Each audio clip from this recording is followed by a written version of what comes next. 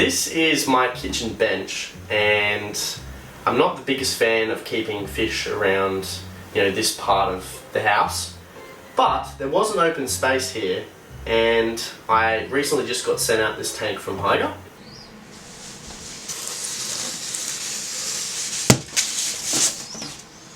I was originally going to set this tank up as a freshwater tank, but have been itching to set up a saltwater tank for like a long time, and it's really expensive and I never really just got around to doing it.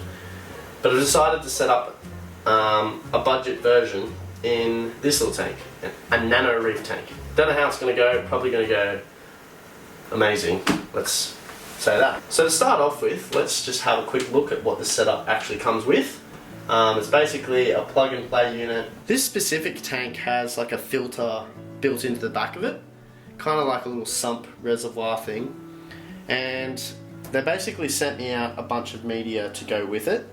This is more specifically for freshwater. These are like little bio balls, just surface area for good bacteria to grow on, but I won't be using these because I'm setting up some saltwater.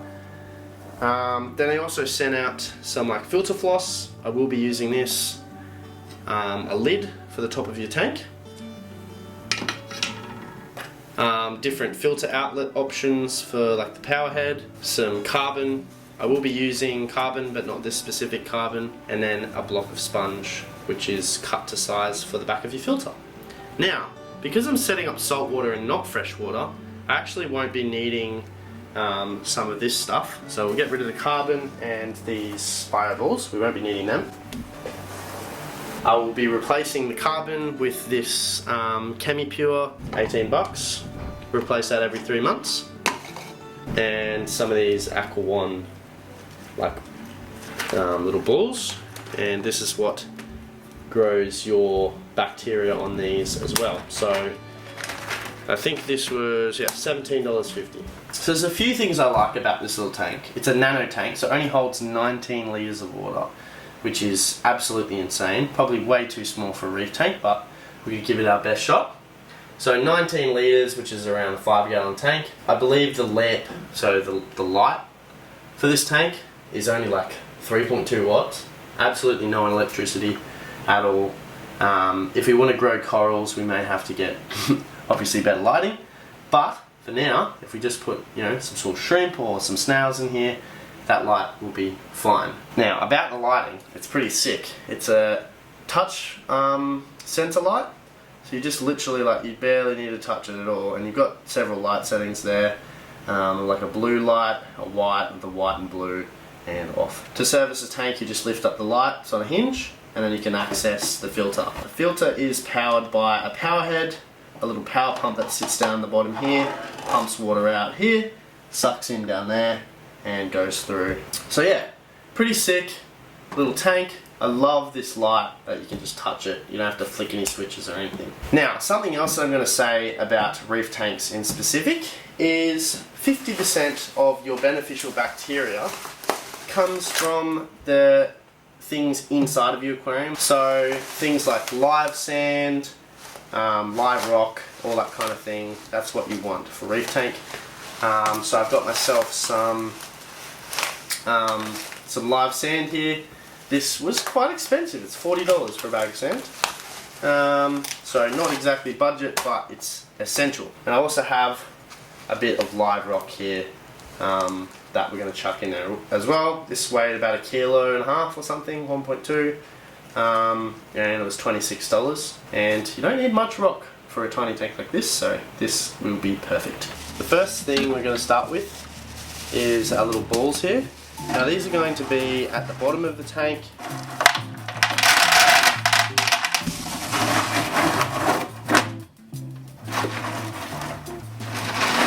So I just had to pour a few of the balls in the bottom, but I'm going to put that so that goes in like that. So that will need to be cleaned the least, so that'll go at the bottom. And now I'm going to put in our ChemiPure carbon. This you just need to wash under the tap. So next is our carbon. This is our chemical filtration, and this won't need to be touched for the next 3 months. And we'll just put that down here as well. some of this sponge. Now I'm pretty sure this sponge will be too big, but we'll try it out anyways. This needs to be cleaned as often as possible for a saltwater tank. The guy that I was talking to recommended cleaning it, you know, a minimum of once a week. So you can do it as much as you want. I'll try and do it whenever I can. So I'll just be stuffing that in there. Like so. Perfect. And then we have our filter floss, which I might just stick one filter floss in there on top like that. Now let's scape the tank. Alrighty, so we're going to start with our live sand. There we go. Okay, so this stuff you actually do not want to rinse, so I was just reading it then. So you just chuck it in like this. It's going to be a bit cloudy, but this is your live sand. So this goes at the bottom of your aquarium. Bit of fucking that in there. So you just want to, you know, spread this out. I don't want like a mega thick sand bed, but perhaps I want a bit of a slope. And then we'll chuck our live rock in there, play around with this for a bit, and then I'll get back to you guys once I've found a nice look. Alrighty, so, haha, we have finally come up with a scape I approve of, and we have 25 litres of beautifully already pre-mixed up salt water. Excuse the background noise, that is my dehumidifier going nuts, no idea what just happened. But we only used half the bag, if not less, of the sand. So I'm a bit bummed about that. I don't know really what, I'll have to say that for later. But I'm sure we got all the bacterias we needed out of that. Now we can fill it up with water.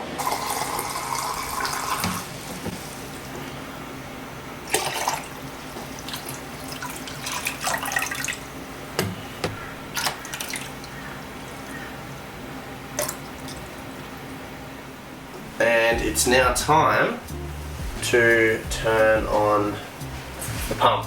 This is always the scary part. No idea why, but it just is. And there you have it. Just adjust the flow to how we want it.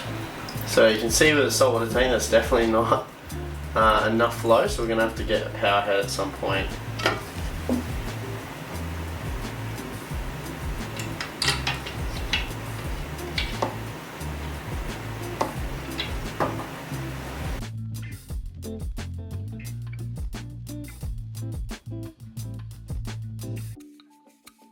The tank is now fully set up and operational.